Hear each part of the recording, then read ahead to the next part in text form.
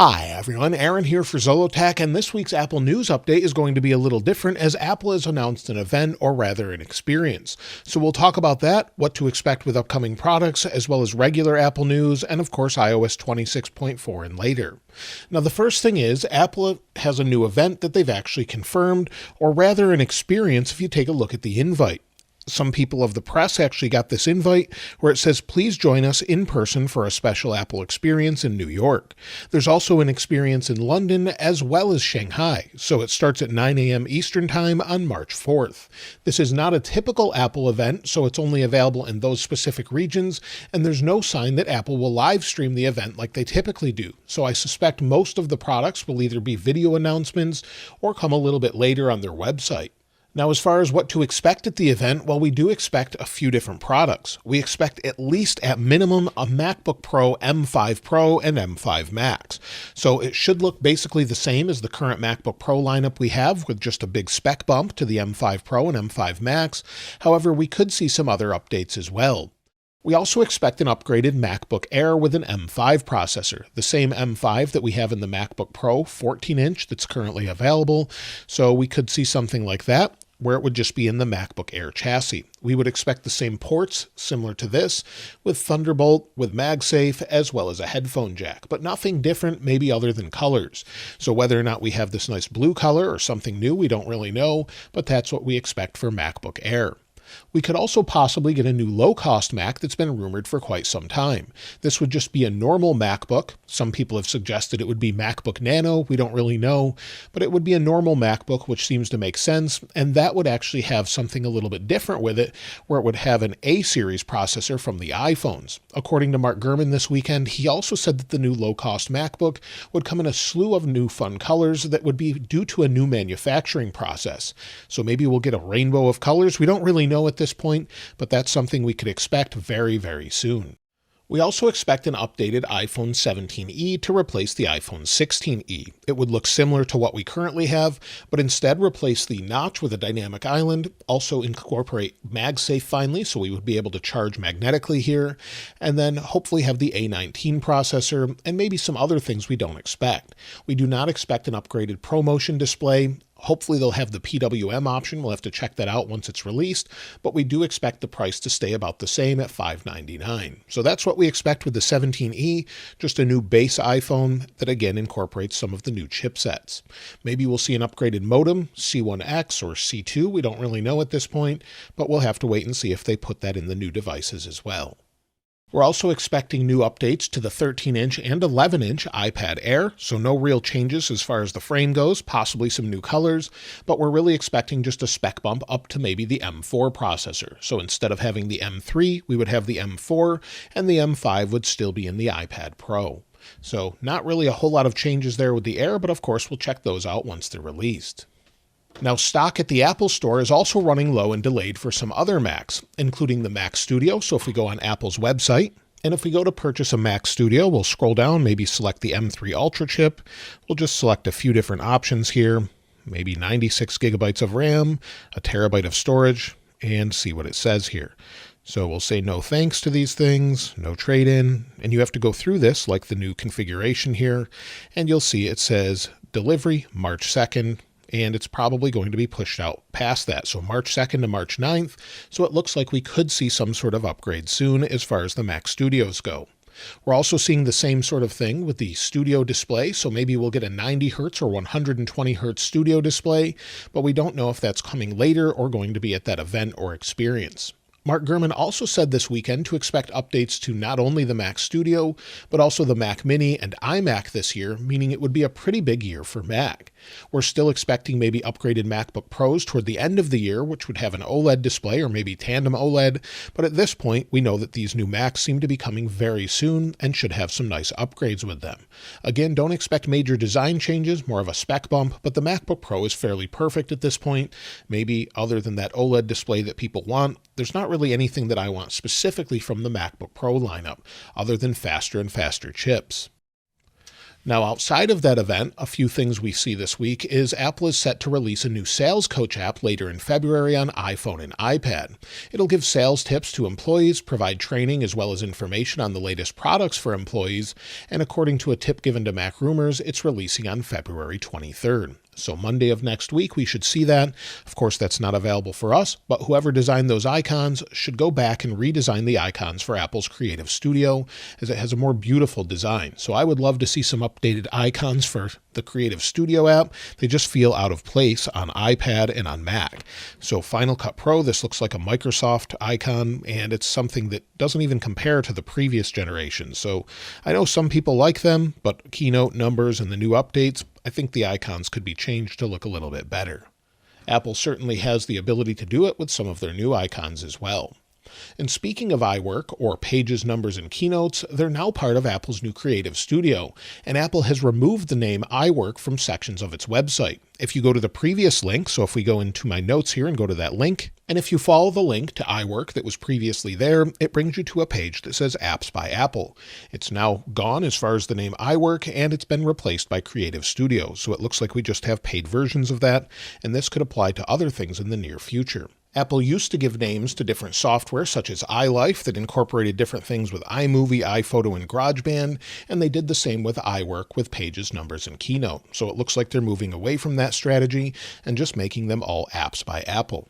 Now, regarding iOS 26.3, if you didn't see my weekend follow-up, one thing I mentioned was the actual adoption rate that Apple finally confirmed for iOS 26.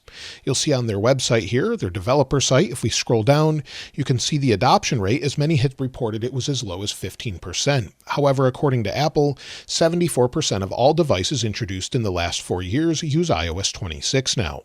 66% of all devices now use iOS 26, including devices that are older than 4 years old. This is down by about 2% compared to what they had last year with iOS 18, so there's still a fairly high adoption rate. It's just not as high as iOS 18 was. Apple purchased a database company last year that has recently come to light thanks to Apple Insider. Last October, Apple acquired Kuzu, which was an embedded graph database built for query, speed, scalability, and ease of use. Why they actually purchased them is still unclear, but maybe we'll see the benefits of that in iOS 27 or some future software.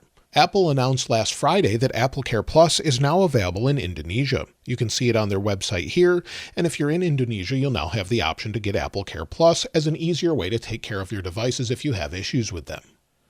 Also, iPhone 17 models have seemed to sell extremely well this year in China, and according to the Financial Times, some of that is due in part to the cosmic orange color. This is associated with luxury thanks to Hermes, and the word orange is also similar to the word success in Mandarin, which again helped with sales, it seems. Maybe we'll have orange iPhones for years now, thanks to the sales jump in China up to 38% this year thanks to the new color, and of course some of the new designs and upgrades as well. When it comes to app updates this week, well, there's good news if you have a Rivian. They're planning to launch a companion watch app to control your vehicle from the watch. Now, you can already do this with Apple Car Key, so if we go into Wallet here, with Apple Car Key, you can see here's mine. If we scroll down, you can control it directly from the watch, unlock it, open the trunk, honk the horn, or just turn it off in general. So you have that option. Now, whether or not this is going to be a separate app that you can control even more functionality, of course, is hard to say. But at least we'll have this Apple Car Key version, and then you'll be able to control it with an app. Also, if you're into Formula One, the Apple TV app has a bunch of information now that it's available in the United States as the sole provider. So if we scroll down, you can see Go Time Formula One on Apple TV. So if you go here, you can follow different races, see the upcoming races, weekend warm-up, and everything else. So there's a full section here. It's available here as well as all other Apple devices as well. When it comes to weekly Apple deals this week, well, AirPods Pro 3 are down to $209, AirPods 4 are down to $99, and MagSafe battery packs for the iPhone Air are down to $80. There's quite a few other deals as well. However, if you're looking for an iPad Air, maybe a new M4 MacBook Air or M4 MacBook Pro, I would hold off until the new releases come out and then see what those prices go down to and consider which one to get after that. But I'll link all of these in the description if you want to check them out. When it comes to releases this week, well, there's a few things worth mentioning. The other day, we got iOS 26.4 Beta 1. It has a ton of different features. There's a lot more to cover, even in the weekend follow-up video we'll be covering as well. So some great features there, and things seem to be getting better and better now that Steve LeMay is in charge of design. They've made some changes throughout. When it comes to iOS 27 and WWDC 2026, with the internal delay of the upgraded Siri, or at least some of its features, it seems Apple may be getting things right and instead release them in iOS 27. That doesn't mean we won't see the launch of the upgraded Siri before then, but at some point it seems like internally there were some issues and they're pushing some of those to come a little bit later.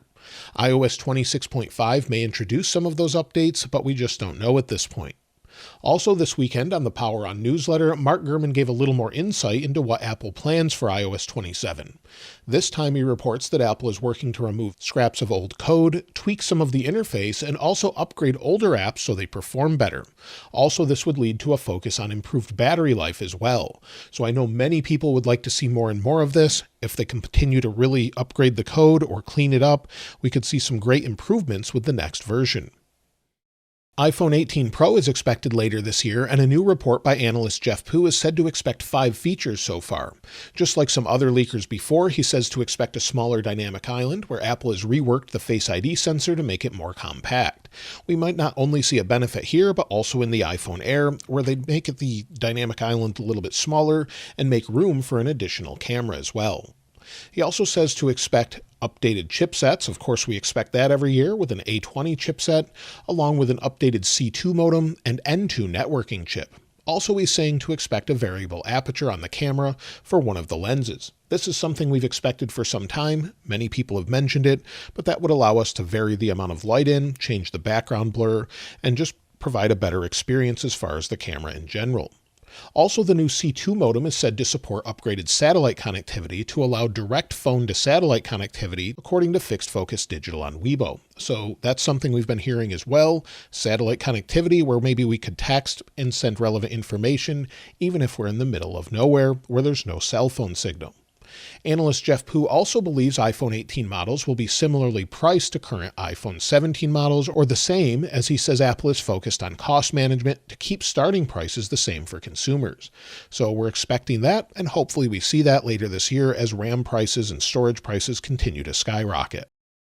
Apple is still working on folding phones such as an iPhone Fold, but Fixed Focus Digital this week on Weibo has said that the flip-style phone is also being considered, similar to Samsung's Z Flip. We could have something similar to this in the near future, and this lines up with what Mark Gurman said earlier about Apple exploring this same form factor. So we could have a flip-style iPhone, if maybe people want this, or a fold-style iPhone. Either way, we expect at least one of them later this year. A new leak about upcoming AirPods seems to line up with some earlier reports from Mark Gurman where they could feature cameras.